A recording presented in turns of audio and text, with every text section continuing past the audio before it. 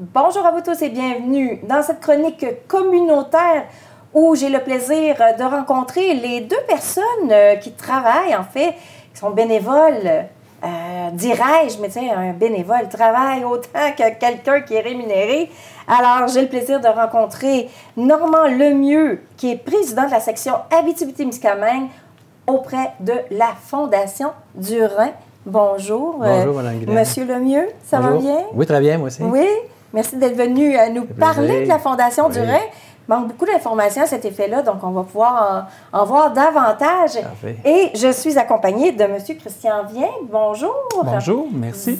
Merci d'être de nous là. accueillir. Vous êtes le président d'honneur, si je comprends bien, pour les différentes activités de levée de fonds. Oui, exactement. Bon, bienvenue. Alors, moi, j'aimerais en savoir davantage de qu'est-ce que la Fondation du Rhin?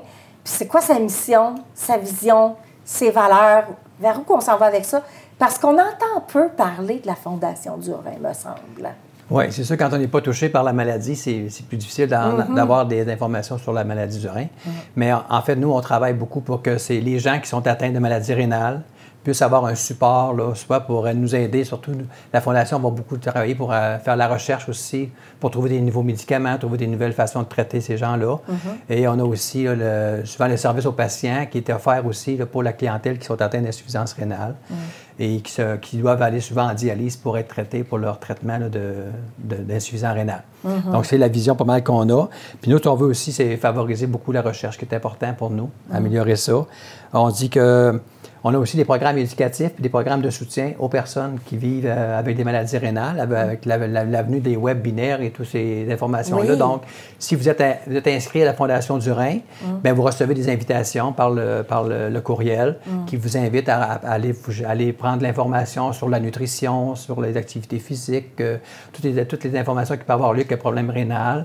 Souvent, c'est des néphrologues qui vont faire une conférence aussi que tu peux assister. Donc, c'est vraiment important pour les gens. Ça leur donne souvent un appui là, pour ces gens-là qui vivent avec l'insuffisance rénale régulièrement. Fait que c'est une des autres missions aussi. Puis on parle aussi beaucoup de consentement au don d'organes aussi, qui fait partie beaucoup au niveau de la Fondation du Rhin. Tu as le don d'organes aussi complet, mais tu as le don rein et le don vivant de rein aussi, qu'on prône beaucoup à la Fondation du Rhin. Qu'est-ce qui détermine qu'on a besoin, là? Qu'est-ce qui se passe? Pourquoi il y a des gens qui arrivent que les reins ne fonctionnent plus bien? Est-ce que c'est par rapport à une maladie, un traumatisme? C'est quoi qui fait que, là, ça ne marche plus, là?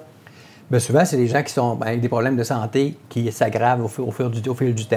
Tu vas développer une petite hypertension artérielle qui fait en sorte des fois que c'est plus ou moins bien contrôlé. Et là, si le diabète embarque par-dessus cette problématique-là, souvent, ça va travailler les reins encore plus.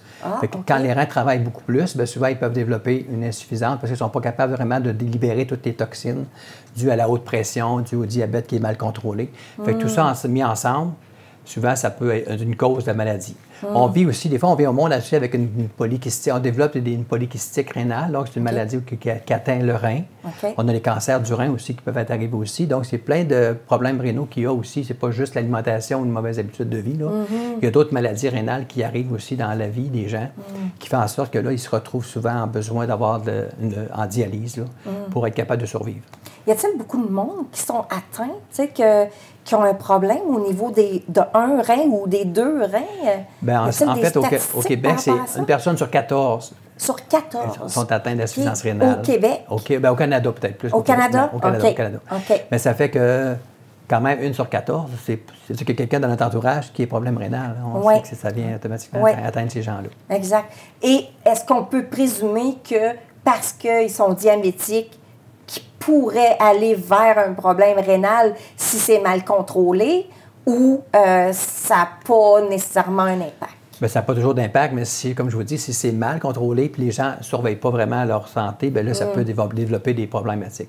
Et là, quand tu te retrouves en dialyse, il faut s'apercevoir que ces gens-là, ils vont aller à tous les 2 jours dans un centre de dialyse sur une machine pour filtrer leur sang pendant 4 heures de temps, 3 fois par semaine. Et c'est répétable à vie, là. Tant et aussi longtemps que tu n'as pas un don d'organe qui va te permettre d'avoir un rein d'une autre personne qui va te remettre en santé et reprendre... Puis on s'entend qu'il ne doit pas avoir énormément de gens qui donnent leur rein. Bien, on n'a pas de donneurs non plus. Tu sais, au Québec, il y a eu 160 et... 11 greffes là, cette année en termes de greffes rénales. Les greffes rénales, c'est soit un donneur cadavéré, donc c'est un donneur, un patient qui décède d'un accident de la route, peu importe, un accident qu'on retrouve à l'hôpital. Et il y a le don vivant. Donc, le donneur vivant, lui, c'est entre frères et sœurs, entre parents.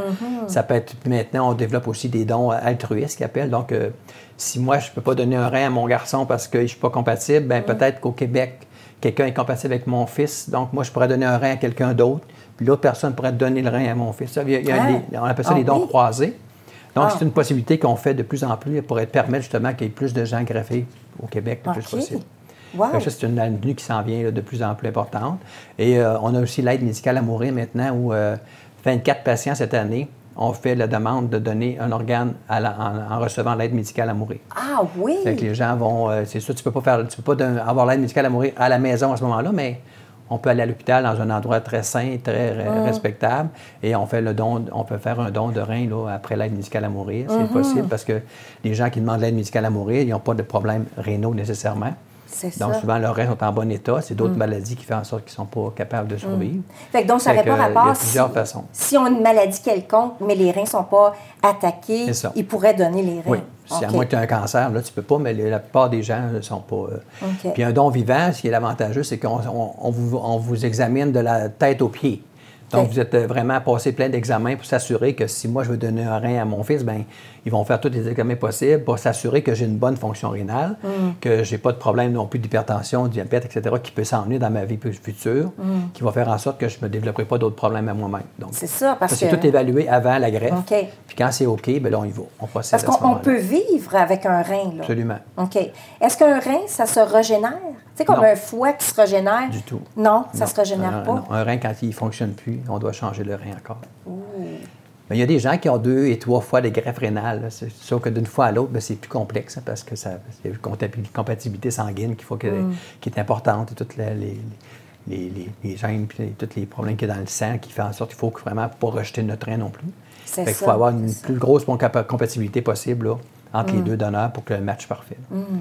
Mais dans le cas d'un donneur vivant, le donneur, avec son rein résiduel, le rein résiduel va va augmenter sa capacité de filtration, tout ça, puis il compense. Là, donc, le patient ne se retrouve pas avec des conséquences suite à son don vivant. Là. OK.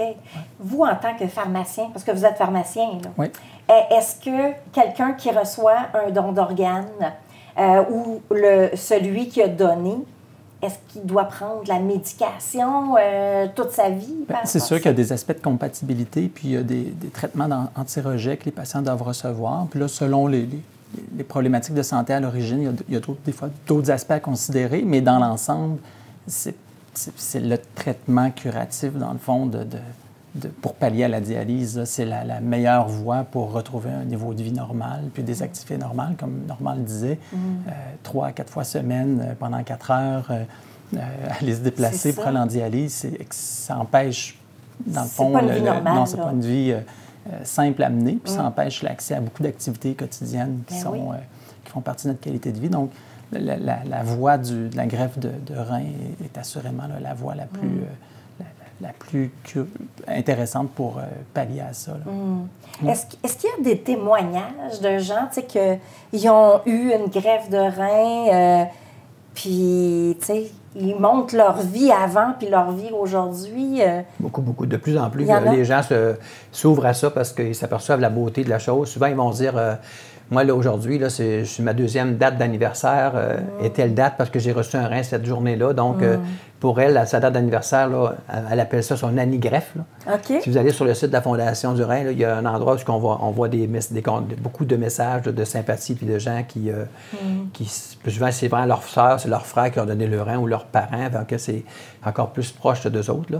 Fait que c'est vraiment bien expliqué. Puis les gens, ils vivent très bien ça. Puis en région aussi, on en a beaucoup de gens qui ont donné à leurs parents. Là, fait que c'est pour ça que ça aide beaucoup. Oui, puis ça change tellement la vie. Dans le fond, c'est un retour à la vie, là, parce que ça permet de recommencer. Mais oui, ça doit être extraordinaire. C'est comme une nouvelle naissance. Là, et voilà, c'est ça. Effectivement. Et de votre côté, pourquoi vous avez décidé de vous impliquer à la Fondation? Bien, moi, c'est une cause qui m'est chère. De par mon travail, je vois un peu justement les contraintes que les patients ayant à vivre avec une maladie rénale subissent au quotidien. Puis, on voit aussi l'évolution. Donc, malheureusement, là, on peut voir les évolutions positives, mais l'évolution négative quand, justement, les problèmes de santé, comme le diabète, l'hypertension, sont difficiles à contrôler. Puis, la situation, l'état rénal d'un patient dégénère vers la dialyse, dans le fond. Donc, c'est sûr que ça me touche, ça vient nous chercher. C'est une cause qui me tient à cœur. Ouais. Comment est-ce qu'on fait pour sensibiliser les gens face à ça? À la maladie rénale? À la maladie rénale, effectivement. Bien, la sensibilité, c'est de faire attention à sa santé. C'est dans tous les domaines. Hein? On parle des problèmes de cœur, on parle des problèmes de foie, n'importe quel problème dans la vie. C'est que si tu n'as pas une bonne santé, si tu ne t'occupes pas de ta santé, parce que tu manges mal ou peu importe ce que tu fais, bien, c'est sûr que tu vas développer quelque chose. Ça peut être l'insuline rénale aussi, ça peut être d'autres choses. Mais c'est sûr que surveiller votre pression, votre tension artérielle, demeurer actif dans la vie, manger sainement, vous allez gagner aussi, vous allez mettre ça très loin de côté, cette maladie rénale-là. Il y a aussi, parce qu'il y a des, souvent, c'est génétique aussi, là, fait que ça peut être d'un parent à l'autre que ça se développe. Parce qu'il y a des familles complètes qui sont tous atteintes de maladie rénale. De la mère à les 12 enfants, puis d'en avoir 6 dedans. Ces gens-là qui vont être obligés d'être greffés un jour. Donc, il y a aussi un problème familial aussi qui vient en cause. Mais ça pèse que ces gens-là, souvent, ils vont retarder le plus possible la greffe ou aller en dialyse parce que tu as aussi la dialyse péritonéale où les gens peuvent se faire ça à la maison aussi, à tous les jours. Ça, c'est moins contraignant parce que tu restes chez vous, malgré que c'est un travail assez ardu et assez stressant pour les gens, mais ça permet aussi d'être à la maison. Fait que pour certaines personnes, c'est un bon début, des fois, en partant, avant d'aller en dialyse, hémodialyse sur la grosse machine, tu as la péritonéale qui fait en sorte que tu peux filtrer ton corps avec ces dialyses-là pour être capable de survivre puis le lendemain de reconstruire tes journées normales. Fait que c'est une autre façon de faire aussi. Là, mais souvent, on va commencer par ça, puis quand ça va vraiment arriver au niveau sanguin, bien, on va aller vraiment plus loin. Très intéressant. Là, il y a des levées de fonds. Il y a une campagne en ce moment là, de levée de fonds. Est-ce que vous voulez en parler? Oui, je peux en parler brièvement. Bien, ce week-end, il va y avoir un Keaton, donc le dernier week-end d'avril, dans le but de ramasser des fonds. Il y a aussi, on va solliciter, là, à chaque année, on sollicite les entreprises, les particuliers à faire des dons. Là, donc, c'est on a un processus de sollicitation qui commence là, en mai. Là. Puis, généralement, la population répond bien, donc c'est encourageant. Là. C'est partout en Abitibi qu'il y a... parce que vu que vous êtes dans la section Abitibi-Témiscamingue, j'imagine qu'il y a des activités un peu partout. Oui, un peu partout. En Abitibi. Pour l'Abitibi, en fait, nous, à la section Abitibi-Témiscamingue, où je fais partie avec mes autres collègues bénévoles, bien, comme la Val-d'Or, à Rouen et à La Sarre, il y a des marches qui vont se faire au mois de septembre. OK. Donc, il y a 3 marches qui se font annuellement. Fait que ces 3 marches-là rapportent pratiquement... L'an passé, on a ramassé 82 000 en marche pour les 3 villes. C'était très bien. Et on fait aussi une sollicitation aux entreprises dans les autres villes aussi. Au niveau des marches, souvent, on va demander un partenariat avec les entreprises qui donnent des dons à la marche. On va essayer de côté... On s'en va même du côté de Ville-Marie, là, où on est après regarder pour trouver des partenaires et des bénévoles. Et là aussi, probablement qu'il va y avoir un Keaton au mois de septembre qui va s'organiser là, avec une personne de là-bas qui s'était joint des bénévoles là, au niveau des infirmières du centre de dialyse de Ville-Marie pour les aider justement à organiser une activité pour lever de fonds puis sensibiliser surtout la population. Parce que le gros du... Tu sais, faire un Keaton, c'est correct, mais on veut surtout sensibiliser les gens qu'il y a des problèmes rénaux sont là partout. Puis il faut aider ces gens-là parce qu'ils ont besoin aussi de ces services-là au niveau de la région. Fait que c'est pas mal nos grosses levées de fonds qu'on a là, à faire à ce moment-là. Puis il y a des présidents d'honneur aussi dans chacune des villes ou des ambassadeurs qu'on appelle. Ces gens-là nous aident aussi là, à monter notre cagnotte. Y avait-il d'autres points que vous vouliez ajouter? Bien, on a parlé de... Il y a l'Auto-Rein aussi, qui est un organisme qui s'occupe beaucoup du rein. Donc, ça s'appelle Auto-Rein, donc c'est normal. Et quand tu as une vieille voiture qui traîne dans le fond de ta cour, qui ne sert plus à rien depuis quelques années, on peut faire un don à la Fondation du Rein de cette voiture-là. Fait qu'on appelle à Auto-Rein. Ce que ça vous donne, ça vous donne un reçu d'impôt de 700 $ que vous pouvez mettre dans votre rapport d'impôt. Et ça donne à la Fondation 350 $ à la Fondation du Rein pour améliorer nos services. Fait que ça a été négocié l'année passée. Fait qu'on a augmenté, puis parce qu'avant, c'est 300 $, maintenant, on a 700 $ de reçu d'impôt. Fait que c'est quand même un beau reçu qu'on peut recevoir. Puis ta voiture qui traîne dans le fond de la cour, bien souvent, là, c'est Kenny là, qui est à Rouen qui s'occupe de venir chercher les autos. Oui, c'est ça. Mais nous, ce qu'on a fait, c'est appeler Auto-Rein avec un numéro de téléphone sur Internet. Puis ils vont venir chercher votre voiture. Ils se déplacent partout, c'est ça.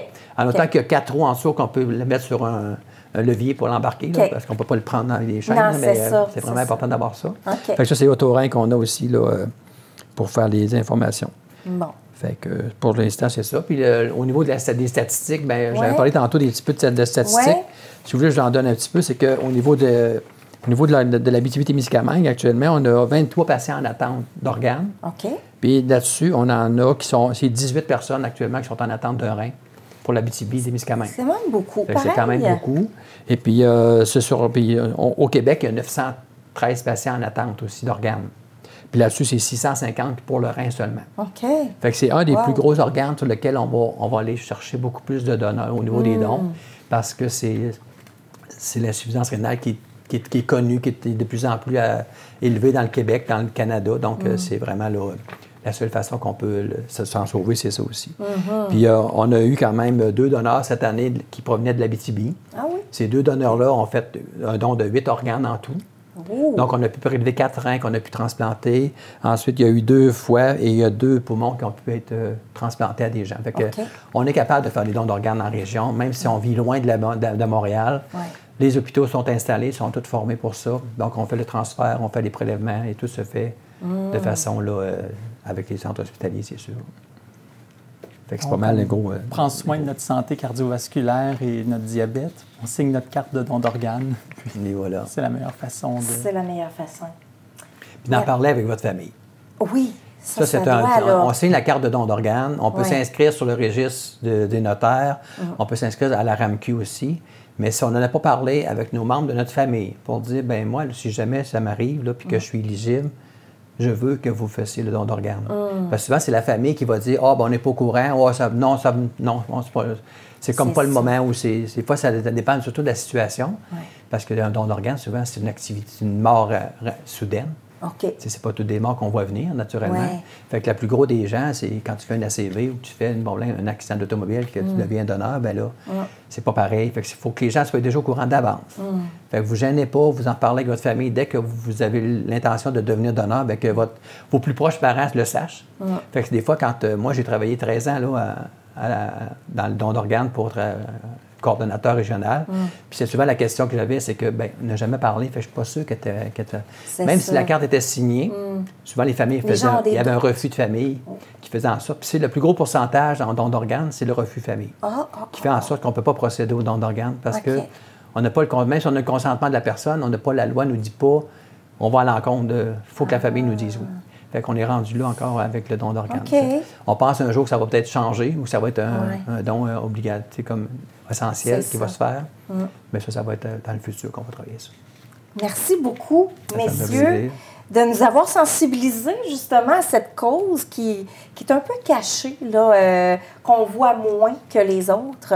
Alors, j'espère que vous êtes sensibilisés à la maison à aller en fin de semaine, c'est samedi, là, l'équilloton, c'est à quelle heure? C'est à 1h l'après-midi, puis à 4h, il y a une autre frappe à 4h. OK. Fait donc, dès 13h, samedi le 29 avril, soyez au quilloton. Ça peut changer des vies. Ça, j'en suis convaincue. Alors, merci à vous tous. Et nous, ben, on se voit pour une autre, en fait, chronique. Laquelle, je ne sais pas. Mais ça va être une autre chronique. Ciao tout le monde!